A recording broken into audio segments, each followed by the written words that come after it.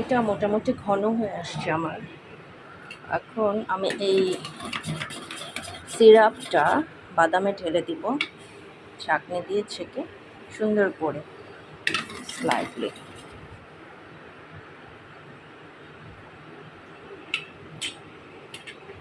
হাতে ব্যথা পাই।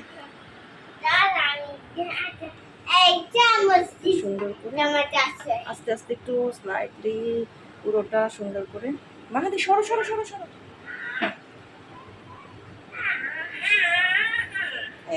তো ভেরি গুড লুকিং, মাশাআল্লাহ। এটা অনেক সুন্দর একটা পিনাট বাটার হবে। অনেক টেস্টি হবে। এই যে আমার পিচ্ছি সারাক্ষণ দুষ্টুমি করতে থাকে, কোনো কাজই সে ঠিক মতো করতে দিবে না, মহা ব্যস্ত থাকে। ওকে, ঠিক আছে ঠিক আছে। এই তো রেডি হয়ে গেল আমার পিনাট বাটার। এটা ঠান্ডা হলেই আমি একটু হালকা ঠান্ডা হলেই কাটতে পারবো।